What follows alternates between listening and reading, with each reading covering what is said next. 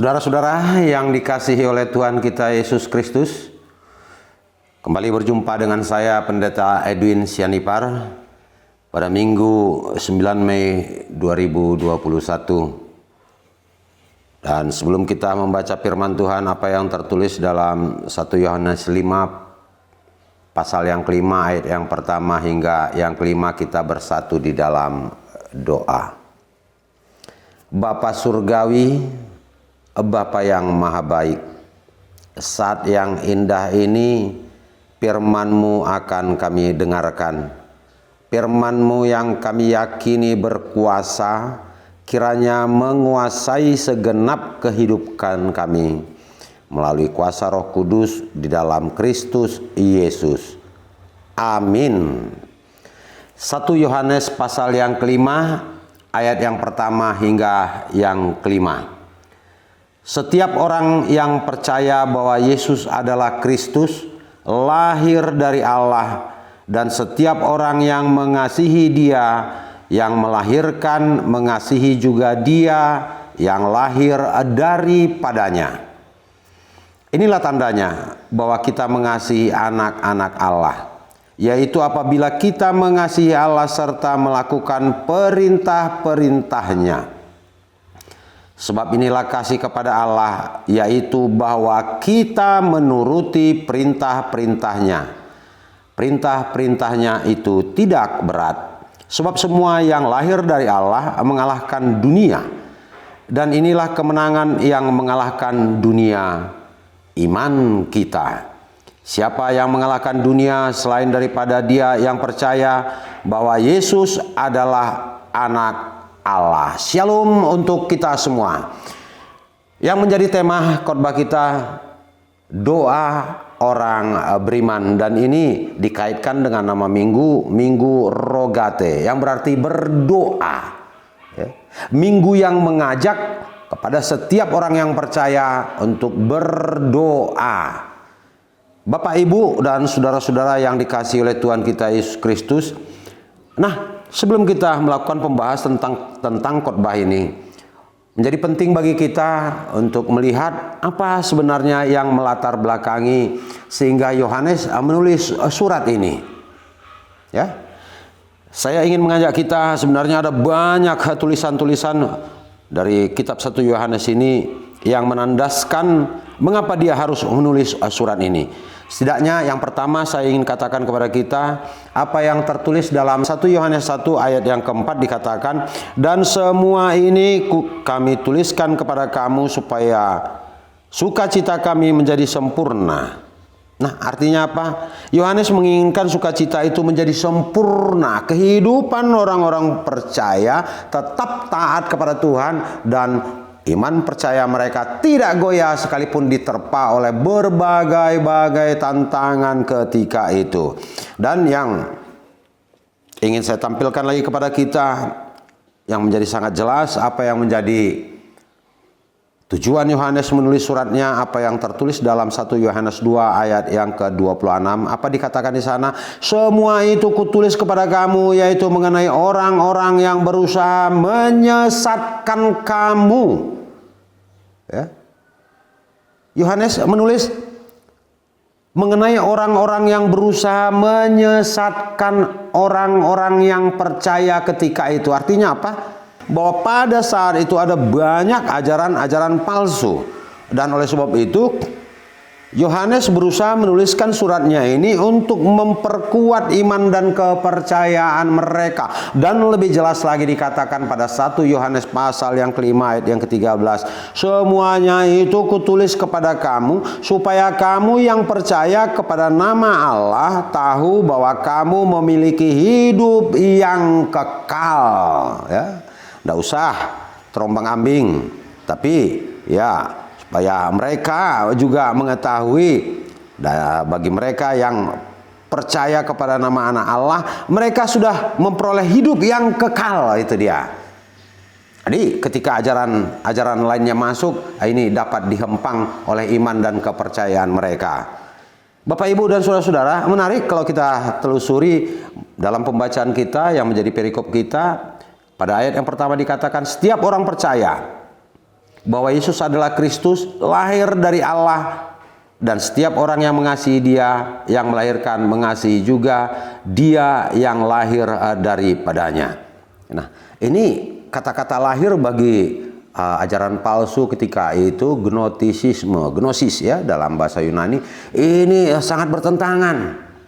Mereka menolak ini ya, menolak bahwa Yesus dilahirkan. Kalau Yesus dilahirkan, ya Yesus itu tidak berperan sebagai juru selamat. Mengapa? Karena dalam ajaran gnosis katakan bahwa unsur itu adalah jahat. Segala sesuatu yang diciptakan, yang dilahirkan itu jahat adanya. Nah, dikaitkan dengan keberadaan Yesus, bahwa Yesus itu adalah anak Allah, anak yang dilahirkan. Tapi di sini Yohanes mencoba mengulangi ya, Yesus adalah Kristus, lahir dari Allah itu. Sepertinya dia mau memberikan penjelasan kepada gnosis, apa yang dipahami oleh gnosis itu salah adanya. Mereka berpikiran bahwa segala sesuatu yang dilahirkan, yang diciptakan adalah jahat. Ya, mengapa? Karena gnosis ini mengajarkan yang paling tinggi dari segala sesuatunya adalah ilmu, pikiran, seperti itu. Nah, oleh sebab itu ya Yohanes langsung memperhadapkannya melalui bacaan kita pada ayat yang pertama. Setiap orang yang percaya bahwa Yesus adalah Kristus, lahir dari Allah. Ya. Kalau sesuatu yang lahir dari Allah, kita orang-orang yang percaya ini lahir dari Allah, ya berarti kita adalah mengandung kebenaran. Tidak dapat seperti yang dikatakan oleh gnosis. Setiap yang lahir, dilahirkan, diciptakan adalah jahat. Orang yang berasal dari Allah, yang kemudian dapat disebut sebagai anak-anak Allah, adalah anak kebenaran. Itu dia. Ini pasti ya, ketika gnosis membaca ini, mereka akan membantah habis-habisan seperti itu ya, dan meneruskan ajaran-ajaran mereka bahwa apa yang diimani, apa yang dipercaya oleh orang-orang percaya ketika itu adalah merupakan kepercayaan yang salah. Dan lagi dikatakan, dan setiap orang yang mengasihi Dia yang melahirkan, mengasihi juga Dia yang lahir daripadanya. Ya, terus diulang-ulang kata lahir ini ya. Ini mau mengatakan ya ini sebenarnya yang benar, dan apa yang kamu terapkan yang mengatakan bahwa sesuatu yang dilahirkan itu adalah jahat adanya, itu tidak benar. Sehingga mereka berpikir untuk mendapat keselamatan, seorang harus menggunakan akal dan pikirannya. Seorang harus mempunyai pengetahuan yang hebat dan luar biasa. Nah, lagi kita membaca ayat yang kedua. Inilah tandanya bahwa kita mengasihi anak-anak Allah, yaitu apabila kita mengasihi Allah serta melakukan perintah-perintahnya. Nah, kalau kita mau dikatakan sebagai anak-anak Allah atau yang mengasihi anak-anak Allah ya, ini ya kita harus mengasihi Allah. Ini mengena dengan apa yang diajarkan oleh Yesus ya. Dari ke-10 hukum kemudian dirangkum hanya menjadi 2 hukum. Apa isi daripada hukum itu? Yang pertama, kasihilah Tuhan Allahmu, dan yang kedua, kasihilah sesamamu manusia.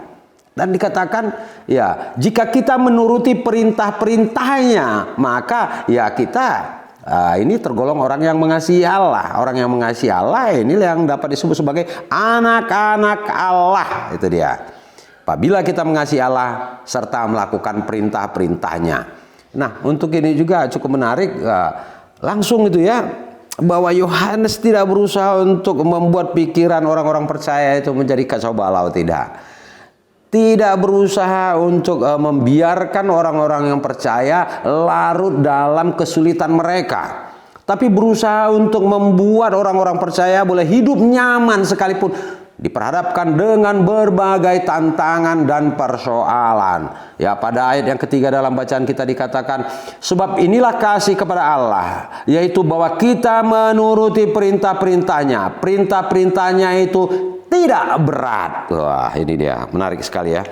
Perintah-perintahnya itu tidak berat. Saudara, saya pikir apa yang disampaikan oleh Yohanes di sini sekaligus juga ya ingin mengatakan semacam kritikan kepada pemuka-pemuka agama, ya. apa yang dikatakan oleh Yohanes di sini bahwa perintah-perintah itu tidak berat, seolah-olah dia mau mengatakan apa yang pernah dikatakan oleh Yesus ketika Yesus mencoba mencela kehidupan tokoh-tokoh agama. Nah, bukankah Yesus pernah mengatakan dalam kitab Injil Matius pasal 23 ayat yang keempat, mereka mengikat beban-beban berat yang sulit ditanggung. Mereka mengikat beban-beban yang berat yang sulit ditanggung. Inilah yang dilakukan oleh tokoh-tokoh agama ketika itu, ya. Ahli-ahli Taurat, ya. Kemudian orang-orang Saduki dan ya yang memahami tentang firman, yang menganggap dirinya paling hebat, yang menganggap dirinya paling suci dan sebagainya, lalu memberitakan sesuatu kepada umat, tapi dengan catatan ketika itu disampaikan mereka sendiri pun juga tidak melakukannya. Ya, apa yang mereka sampaikan ini benar-benar membebani, memberatkan kehidupan orang-orang percaya. Bapak, Ibu, dan saudara-saudara yang dikasihi oleh Tuhan kita Yesus Kristus. Nah, oleh sebab itu Yohanes mengatakan bahwa perintah-perintahku tidaklah berat, ya. Berat ini kalau dalam bahasa Yunani itu disebut dengan barus, ya. Ini membebani, tidak membebani. Ya, bahkan itu ringan sekali. Ya, itu sangat-sangat indah. Dan Yohanes ingin mengatakan bahwa perintah itu bukan suatu beban, bukan suatu yang sangat-sangat menekan, tapi itu hendaknya dijadikan oleh orang-orang yang percaya menjadi semacam kebutuhan dalam kehidupan mereka. Ya, ini bisa kita buktikan kalau memang menerapkan ke-10 hukum, wah, boleh dikatakan ya sedikit mumet juga untuk melakukannya, ya. Sedikit mumet, tapi kemudian ya, Yesus datang ke dunia ini menyempurnakan apa yang belum sempurna. Lalu tentang perintah-perintah hukum-hukum itu disempurnakannya hanya dengan 2 hal sebagaimana tertulis dalam kitab Injil Matius pasal 22 ayat 37 sampai 40. Intinya, kasihilah Tuhan Allah dan kasihilah sesama manusia. Cukup, itu aja. Nah, sebab itu Yesus juga mengatakan, ya, apa yang tertulis dalam kitab Matius pasal yang ke-11 ayat yang ke-28 hingga yang ke-30. Di sana dikatakan, marilah kepadaku semua yang letih lesu dan berbeban berat, aku akan memberikan kelegaan kepadamu. Pikullah kuk yang kupasang dan belajarlah padaku, karena aku lemah lembut dan rendah hati, dan jiwamu akan mendapat ketenangan, sebab kuk yang kupasang itu enak dan bebanku pun ringan. Kalaupun ada, ya,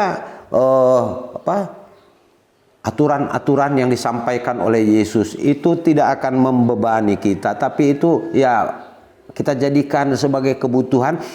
Dengan kita menjadikannya sebagai kebutuhan, ya, maka kita akan ya merasakan itu sesuatu yang sangat-sangat menyenangkan seperti itu.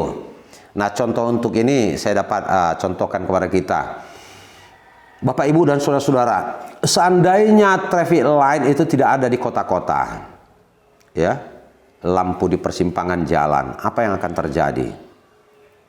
Ya, apa yang akan terjadi? Seandainya ya kepada kita dikenakan ya sebagai pengendara sepeda motor memakai helm, ya.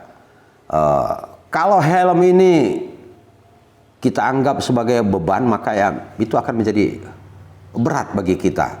Tapi kalau helm ini kita gunakan memang merupakan kebutuhan kita untuk menyelamatkan diri kita apabila terjadi kecelakaan, ya.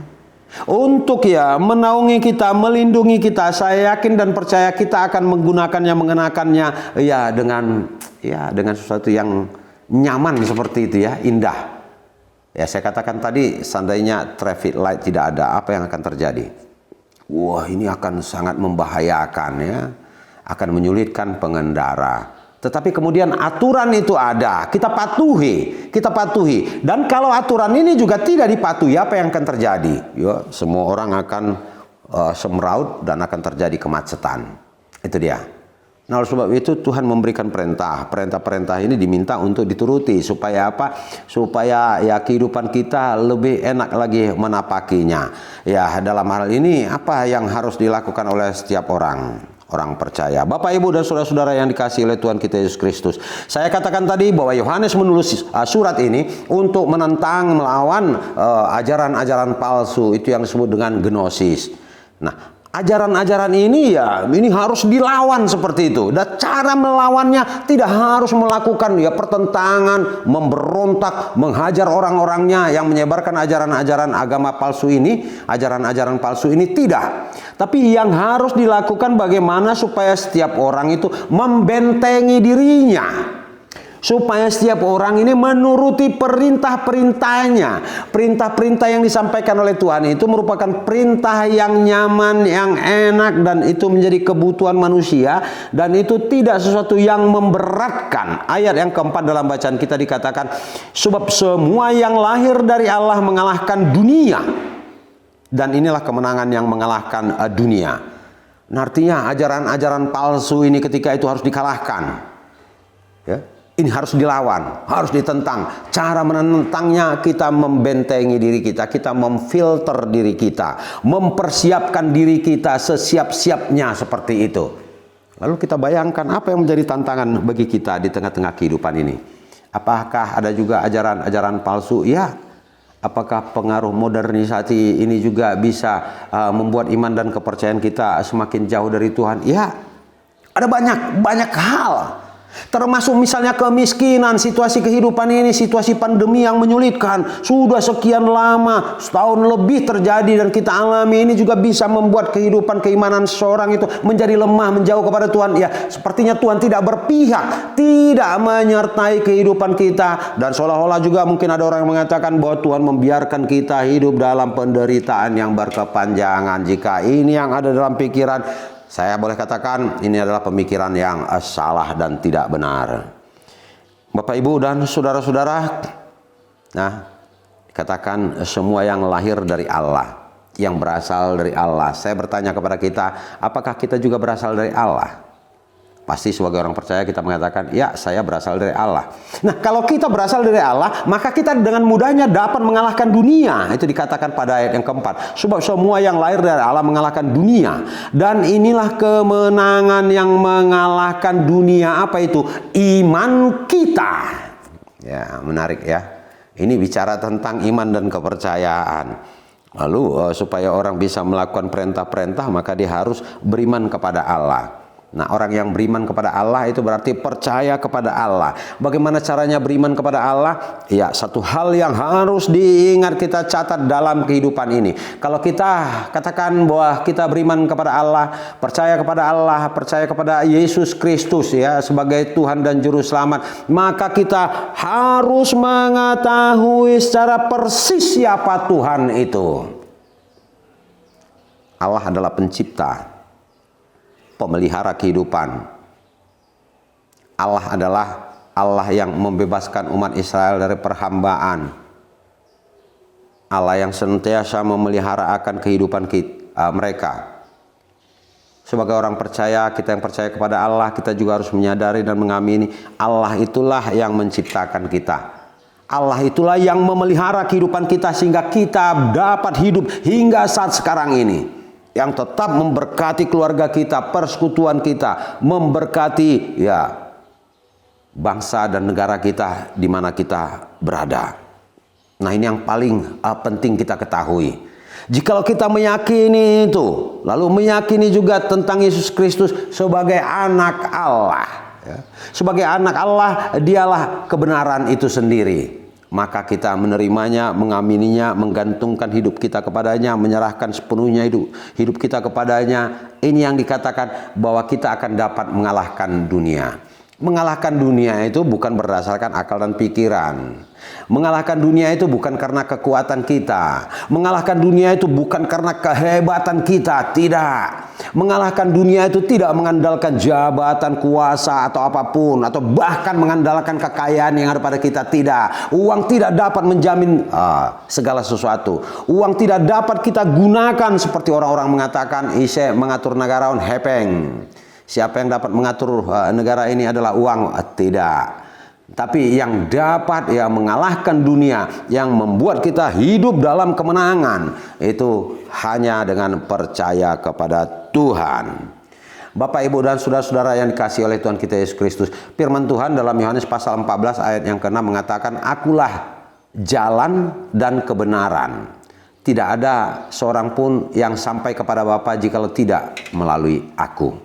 Ya, itu Yesus katakan, "Akulah jalan." Dialah jalan dan kebenaran. Nah, kalau kita percaya kepadanya, menggantungkan hidup kita kepadanya sebagai kebenaran, ya, maka kita juga akan dapat menjangkau untuk dapat bersama-sama dengan Allah. Kalau kita dapat menjangkau dan hidup bersama-sama dengan Allah, maka ya boleh dikatakan apalagi yang sulit dalam kehidupan ini. Saya kira nggak ada lagi. Apalagi kalau kita melihat apa yang dikatakan dalam firman Tuhan, ya. Firman Tuhan itu begitu menarik, Roma 8 ayat yang ke-31. Apa di sana dikatakan? "Sebab itu apakah yang akan kita katakan tentang semuanya itu? Jika Allah di pihak kita, siapakah yang akan melawan kita? Jikalau Allah di pihak kita, siapakah yang akan melawan kita? Siapakah yang akan dapat melawan kita?" Ini kira-kira logika berpikirnya seperti ini, ya. Kalau kita bersama-sama dengan Tuhan, berjalan kemanapun, ya memang ada kekuatan di dunia ini. Lalu apakah kekuatan yang ada di dunia ini akan dapat melawan kekuatan Allah? Nah, karena kita bersama-sama dengan Allah, kalaupun ya lawan kita itu berusaha untuk mengincar kita, tapi kita pada saat itu ya terus bersama-sama dengan Allah, apakah lawan kita ini akan dapat mengalahkan kita karena kita bersama-sama dengan Tuhan Allah? Saya katakan tidak. Nah, di situ kita bisa membangun bahwa Allah lah penguasa dunia ini. Allah lah yang berkuasa terhadap segala sesuatu yang ada di dunia ini. Mengapa? Karena Allah lah yang menciptakan dunia ini dan seisinya.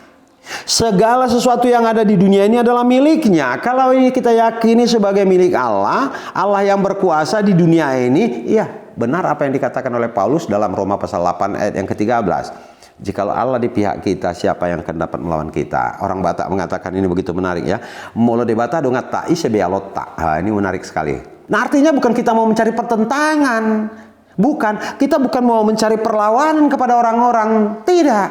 Tapi kita coba menyikapi kehidupan ini. Dengan menjalani dan menyikapi kehidupan ini, yang terutama dan paling utama kita lakukan adalah kita membentengi kehidupan kita, ya. Kita membekali kehidupan kita. Kita membuat semacam persiapan-persiapan di dalam diri kita. Persiapan-persiapan yang harus ada di dalam diri kita apa? Hanya dengan percaya kepada Tuhan, itu dia. Hanya dengan percaya kepada Tuhan. Nah, kemudian dikatakan pada ayat yang keempat, "Sebab semua yang lahir dari Allah mengalahkan dunia, dan inilah kemenangan yang mengalahkan dunia." Ya. Itu dia berdasarkan iman dan kepercayaan. Lalu ayat yang kelima dalam bacaan kita, "Siapakah yang mengalahkan dunia selain daripada dia yang percaya bahwa Yesus adalah anak Allah?" Siapa yang dapat mengalahkan dunia? Siapa yang dapat mengalahkan kejahatan-kejahatan yang ada di dunia ini? Nah, kalau coba kita ya pikir-pikir apa aja kejahatan-kejahatan yang ada di dunia ini, banyak, ya. Ya bisa aja uang itu sebenarnya jahat enggak. Tapi uang bisa enggak menggoda seseorang untuk melakukan kejahatan? Bisa. Lalu apa lagi?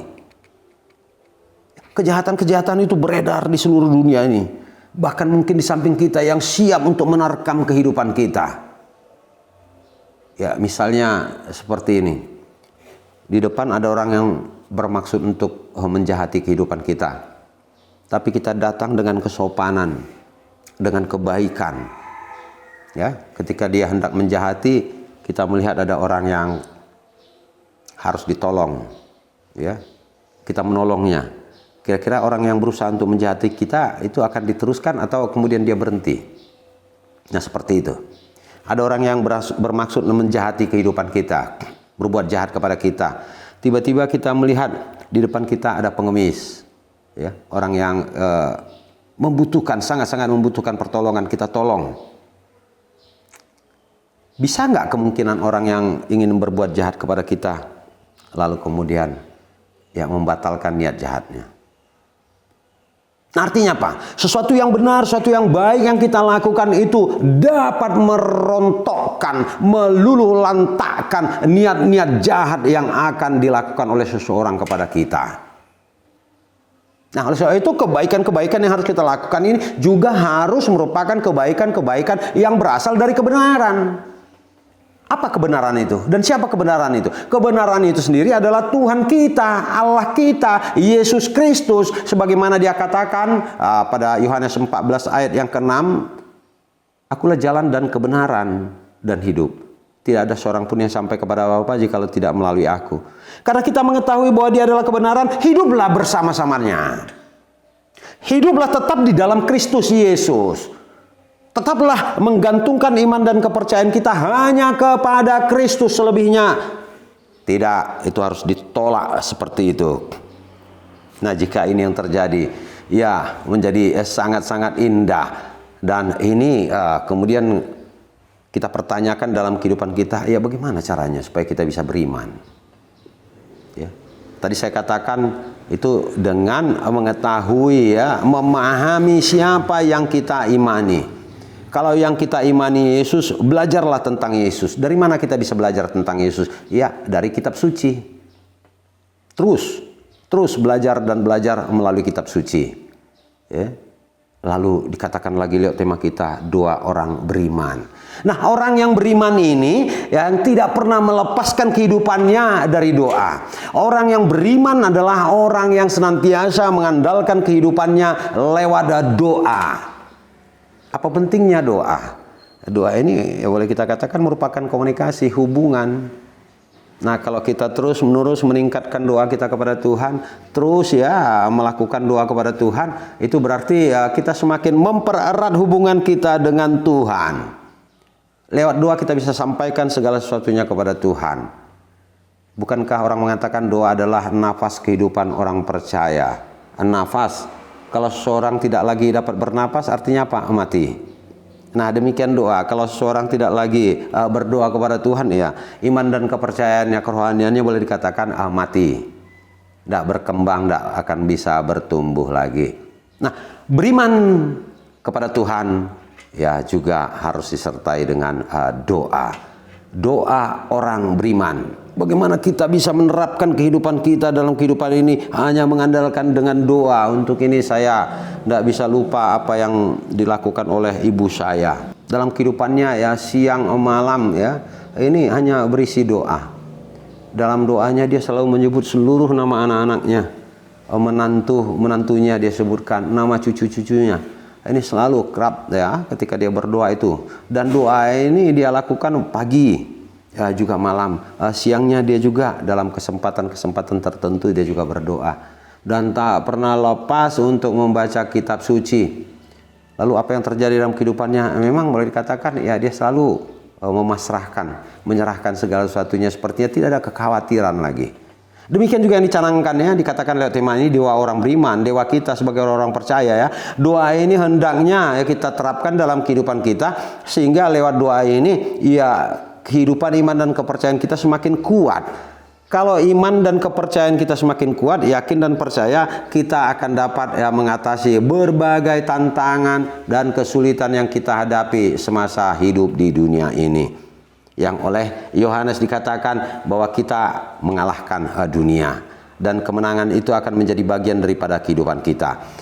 Biarlah kiranya lewat firman ini iman dan kepercayaan kita semakin kuat dalam menghadapi segala sesuatu, terutama di masa-masa sulit hingga saat sekarang ini. Pergumulan apapun yang kita hadapi, yang ada pada kita, ya baiklah kita juga berpegang dengan apa yang dikatakan oleh Yesus dalam Matius pasal yang ke-11 ayat 28 hingga 30. Marilah kepadaku semua yang letih lesu dan berbeban berat, aku akan memberikan kelegaan kepada kamu.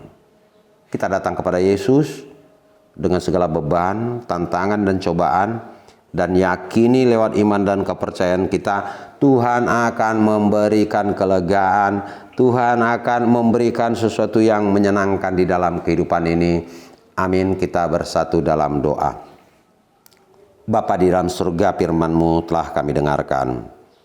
Biarlah lewat firman ini kami semakin dikuatkan dan kami dapat menghadapi berbagai tantangan, cobaan, bahkan ajaran-ajaran yang berusaha untuk membuat kami jauh daripada-Mu. Dan lebih lagi kami boleh mengalahkan segala bentuk kejahatan yang ada di dunia ini hanya dengan beriman kepadamu ya Tuhan. Sertai lindungi kami, pelihara akan kehidupan kami, terutama menapaki, menjalani kehidupan di masa-masa pandemi ini. Sehingga virus corona yang membahayakan ini boleh berlalu dari negara dan kehidupan kami. Bapa di dalam surga, Bapa yang maha baik, kami serahkan seluruh keberadaan hidup kami ke dalam tangan pengasihan Tuhan dalam Kristus Yesus kami berdoa. Amin. Shalom. Dan saya mengucapkan terima kasih kepada kita yang telah men-share firman ini, ya juga like dan men-subscribe, sehingga kita boleh berjumpa dalam episode dan khotbah-khotbah berikutnya dengan pemaparan yang lebih baik lagi. Tuhan menyertai kita. Salam sehat untuk kita semuanya. Amin.